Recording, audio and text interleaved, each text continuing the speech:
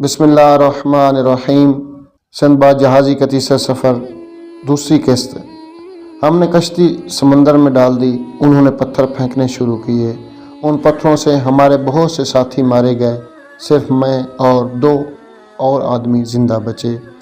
سمندر میں لہروں کے زور سے چلتے چلاتے ہم ایک اور جزیرے پر پہنچے۔ شام تک اس کی سیر کی۔ رات ہوئی تو ایک جگہ پڑاؤ کر کے سو رہے تھے۔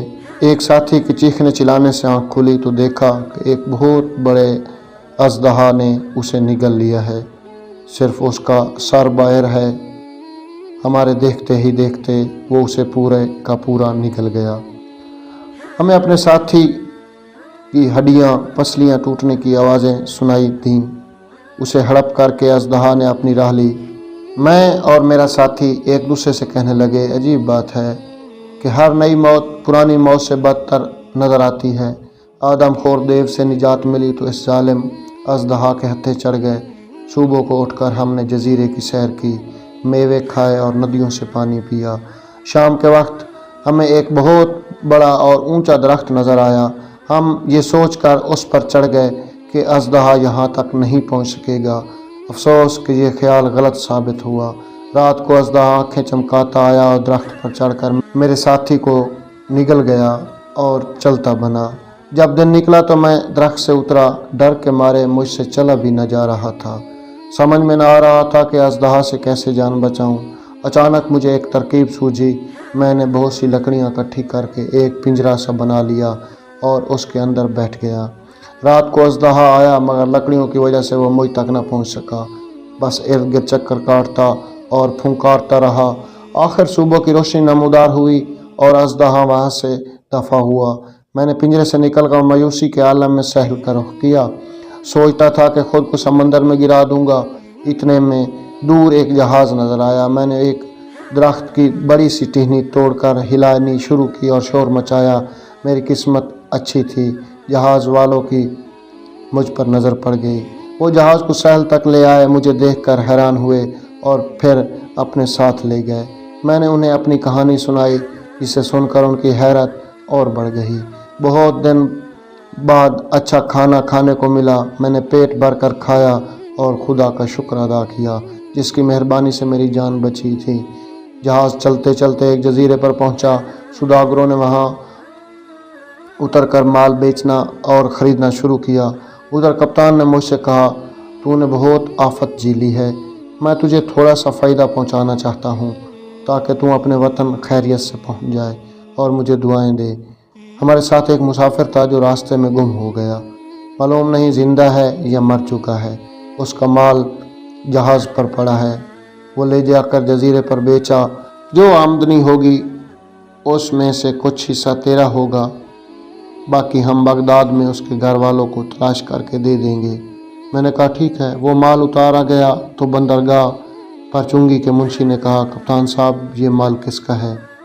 رجسٹر میں کس کا نام لکھوں؟ کپتان بولا، سندباد جہازی کا نام لکھو، وہ سفر کے دوران گم ہو گیا ہے۔ جب میں نے یہ بات سنی اور کپتان کو غور سے دیکھا تو پہچان لیا اور جا کر کہا، صاحب آپ کو پتہ ہے کہ سامان کے مالک پر کیا گزری؟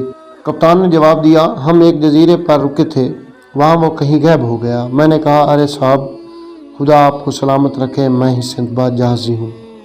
اس جزیرے پر اتر کر سیر کرتے کرتے میں ایک جگہ سو گیا تھا۔ جب آنکھ کھولی تو جہاز جا چکا تھا۔ یہ مال میرا ہے، اس بات کی گواہی وہ سوداگر دے سکتے ہیں جو ہیروں کی تجارت کرتے ہیں۔ ان سے میری ملاقات ان پہاڑوں پر ہوئی تھی جو ہیروں کی وادی کے گرد واقع ہے۔ میں نے انہیں اپنا سارا واقعہ سنایا۔ میری باتیں سن کر بہت سے سوداگر میرے آس پاس جمع ہو گئے۔ کوئی کہتا کہ یہ آدمی سچا ہے، کوئی مجھے جھوٹا قرار دیتا۔ ایک سوداگر نے جب ہیروں کی وادی کا ذکر سنا تو میرے قریب آیا اور کہنے لگا، ہاں یہی وہ آدمی ہے جو ہیروں کی وادی سے زندہ سلامت نکل کر ہمارے پاس پہنچا تھا۔ میں نے تم لوگوں کو پورا قصہ سنایا تھا کہ کس طرح میری پھینکی ہوئی بھیڑ کے ساتھ لٹک کر وہ وادی سے نکلا اور مجھے بہت نہایت قیمتی ہیرے تحفے میں دیے تھے۔ پھر ہم اسے بصرے تک لے گئے۔ اس نے ہمیں بتایا کہ اس کا نام سندباد جہازی ہے اور کس طرح وہ ایک جزیرے پر اپنے ساتھیوں سے بچھڑ گیا تھا۔ جب میں نے تمہیں یہ قصہ سنایا تھا تو تم سب ہنستے تھے اور اسے گپ سمجھتے تھے، آخر قصہ سچا نکلا۔ اس کے بیان کا بڑا اثر ہوا اور کپتان نے مجھ سے پوچھا کہ تیرے مال کی کیا نشانیاں ہیں۔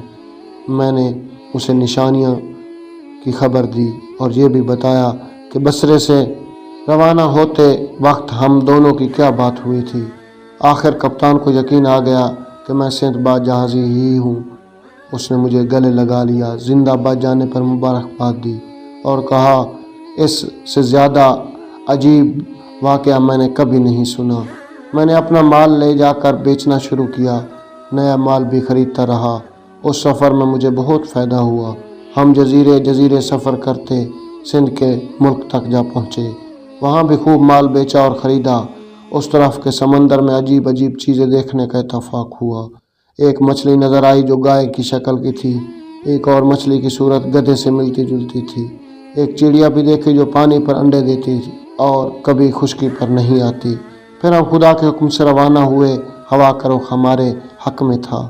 سفر بڑے آرام سے کٹا اور ہم بصرے پہنچ گئے۔ وہاں چند روز ٹھہر کر میں بغداد چلا گیا اور اپنے گھر گیا۔ گھر والے اور دوست مجھے دیکھ کر بہت خوش ہوئے۔ سچ یہ ہے کہ میں نے اس سفر میں اتنا کمایا کہ جس کا کوئی حساب نہیں۔ میں نے لوگوں کو تحفے تحائف دیے، غریبوں کی مدد کی، دوستوں کو دعوتیں کھلائیں۔ خدا نے چاہا تو کل میں اپنے چوتھے سفر کا احوال سناؤں گا جو بہت عجیب ہے۔ یہ کہہ کر سندباد جہازی نے سندباد حمال کو 100 اشرفیاں دی۔ اس کے بعد دسترخوان بچھایا گیا۔ دعوت کھانے والے آپس میں یہی باتیں کرتے رہے کہ کیسے حیران کر دینے والے واقعات سننے کو ملے ہیں۔ دعوت کے بعد سندباد حمال رخصت ہوا اور گھر جاتے ہوئے راستے بھر ان باتوں کو دل میں دہراتا رہا جو سندباد جہازی کی زبانی سنی تھی۔ اگلے دن صبح اٹھتے ہی فجر کی نماز پڑھ کر اس نے سندباد جہازی کی حویلی کی راہ لی۔ باقی دوست بھی جمع ہو چکے تھے۔ کھانے پینے اور گپ لگانے سے فارغ ہوئے تو سندباد جہازی نے اپنے چوتھے سفر کی کہانی کا آغاز کر دیا۔ امید کرتے ہیں کہ ناظرین آپ کو یہ تیسرا سفر پسند آیا ہوگا۔ اگر سفر پسند آیا ہے تو چینل کو سبسکرائب، ویڈیو کو لائک ضرور کر دیں اور کمنٹس میں اپنی رائے کا اظہار کیجیے گا، کیونکہ آپ کی حوصلہ افزائی ہمارے حوصلے بلند کر دیتے ہیں۔ تو ناظرین اگلے سفر تک اجازت دیجیے۔ اللہ حافظ۔